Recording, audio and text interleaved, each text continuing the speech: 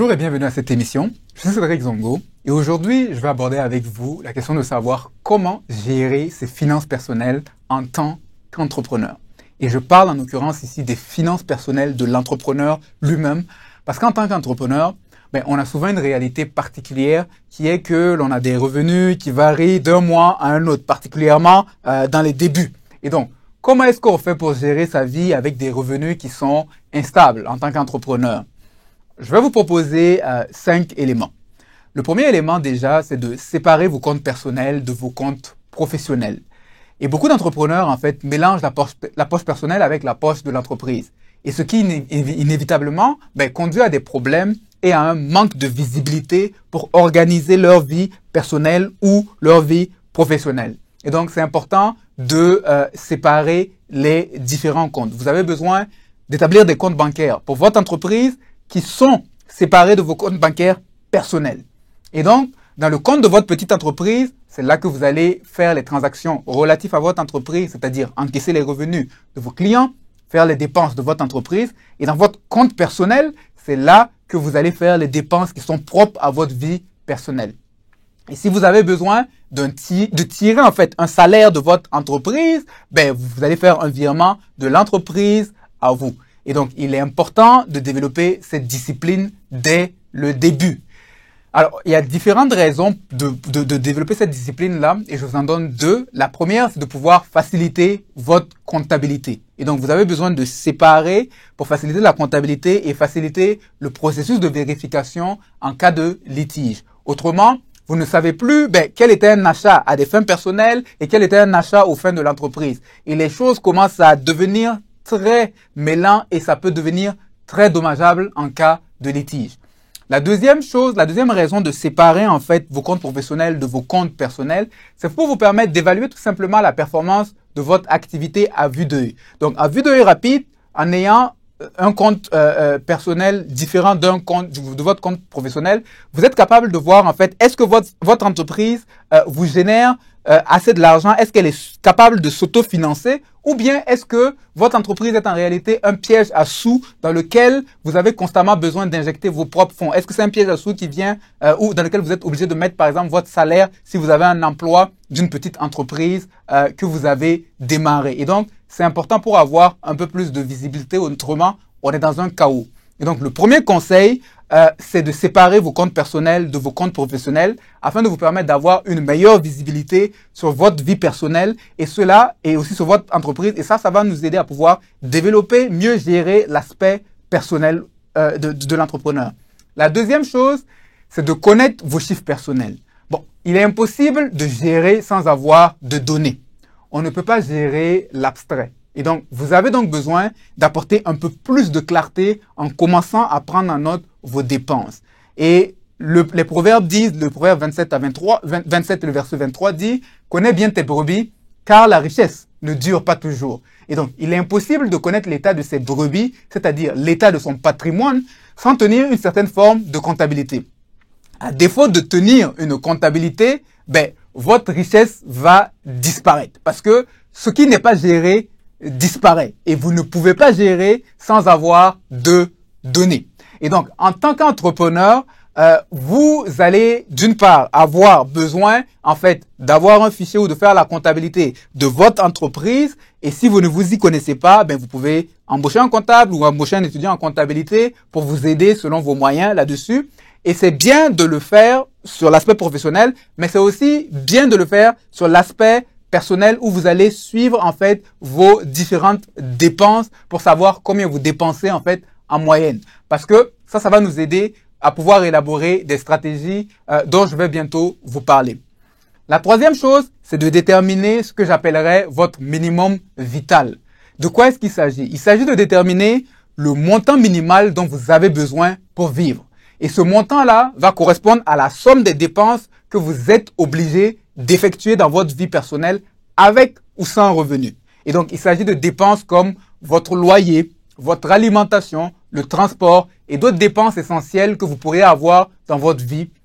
Et donc, il s'agit ici de déterminer le montant minimum. Donc, théoriquement, on n'inclut pas certaines dépenses discrétionnaires comme les restos et autres, sorties, etc.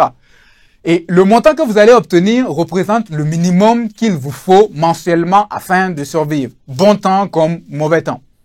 Et ce montant-là va aussi vous donner une idée sur le minimum qu'il vous faudrait pouvoir retirer de votre entreprise pour vivre. Donc, si vous vous posez la question à savoir combien faut-il pouvoir minimalement tirer de votre entreprise, ce montant que vous avez calculé par rapport à votre vie personnelle vous donne une idée de base du revenu net à avoir à partir de votre entreprise, c'est-à-dire du revenu après impôt.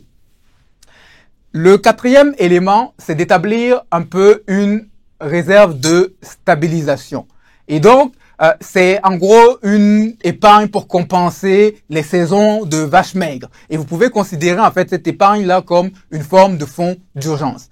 Et donc, prenons des exemples simples. Supposons que vous avez minimalement besoin de 100 000 par mois. Donc, c'est le minimum vital pour vous. Vous avez estimé que vous avez besoin de 100 000 pour subvenir aux charges essentielles de votre vie personnelle. Et votre premier objectif en tant qu'entrepreneur ne sera pas d'acheter une grosse voiture pour vous ou pour votre tante le jour où vous obtenez un gros contrat. Bon, c'est l'erreur que je vois beaucoup d'entrepreneurs faire et qui les conduit en faillite. On a le premier gros contrat de sa vie au début et puis tout de suite, on veut faire les grands changements de sa vie. Non. Votre premier objectif sera de vous bâtir une réserve. Et donc, à chaque fois que vous allez être capable de retirer des revenus personnels mensuels nets qui sont supérieurs à votre minimum vital, soit 100 000 par exemple dans notre exemple, vous allez mettre l'excédent dans un compte d'épargne pour vous constituer progressivement une épargne personnelle. Par exemple, si ce mois-ci, vous avez été en mesure de sortir 150 000 alors que votre minimum vital est de 100 000, vous allez mettre l'excédent en épargne. Ainsi, le jour où votre entreprise ne vous permet pas de retirer 100 000 pour couvrir vos dépenses personnelles essentielles, vous avez au moins ce petit fonds à côté qui pourra vous aider à compenser le montant manquant afin de continuer à vaquer à vos occupations. Et plus vous augmentez votre réserve, plus vous allez être équipé à faire face à de plus longues saisons d'aridité. Et donc, après avoir mis un montant confortable en réserve, on parle en moyenne d'environ 6 mois de vos dépenses essentielles, voire plus dans certaines situations. Une fois que vous avez un montant confortable, vous pourrez arrêter de faire cette épargne et investir pour votre retraite. Donc, le cinquième élément pour vous en tant qu'entrepreneur, c'est de penser à votre retraite sur le point de vue personnel. Alors, en tant qu'entrepreneur, vous devez savoir que vous êtes maître à bord de votre présent et de votre avenir.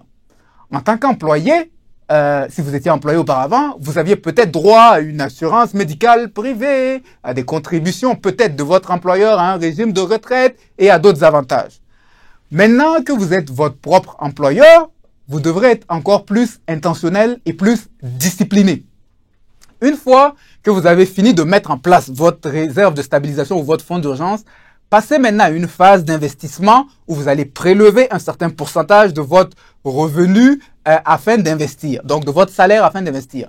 Et je tiens particulièrement à parler de l'importance de diversifier vos investissements dans des activités plus passives. Aujourd'hui, en tant qu'entrepreneur, vous avez peut-être encore la force de courir par-ci, par-là et de gérer votre entreprise. Mais viendra un jour où vous allez prendre de l'âge et vous allez avoir moins de force pour être toujours sur place pour gérer votre entreprise. Et on sait malheureusement que, dans certains pays, lorsque le propriétaire n'est plus là, les choses dérapent. Et donc, vous devez donc penser à diversifier pour votre bien et pour celui de votre famille le jour où vous ne serez plus là. Et donc, vous devez résister à la tentation de vouloir tout mettre, tout mettre sur votre entreprise. Vous devez résister à cette tentation-là. Naturellement, au début de votre activité, ce n'est pas le moment de diversifier. Au début de votre activité, oui, vous avez besoin au début de concentrer vos forces et de vous focaliser sur votre entreprise pour la faire grossir, etc.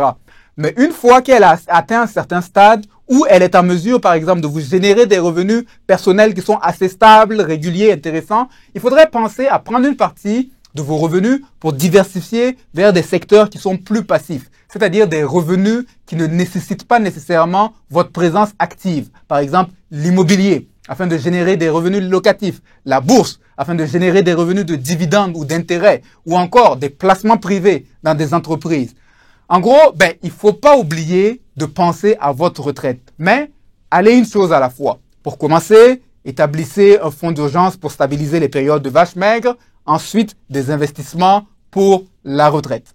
Alors, Comment gérer ses revenus personnels en tant qu'entrepreneur? Premièrement, distinguez vos comptes personnels de vos comptes d'entreprise afin d'avoir une visibilité et pouvoir déterminer votre minimum vital. Donc, deuxièmement, connaissez vos chiffres. Troisièmement, déterminez votre minimum vital. Et quatrièmement, ayez une réserve de stabilisation au fonds d'urgence. Et finalement, cinquièmement, pensez à votre retraite. Pensez notamment à diversifier en vue des vieux jours. J'espère que ce contenu vous aura été utile. Et pour plus de ressources, rendez-vous à l'adresse qui apparaît à l'écran. C'était Cédric Zongo et je vous souhaite une agréable suite de journée.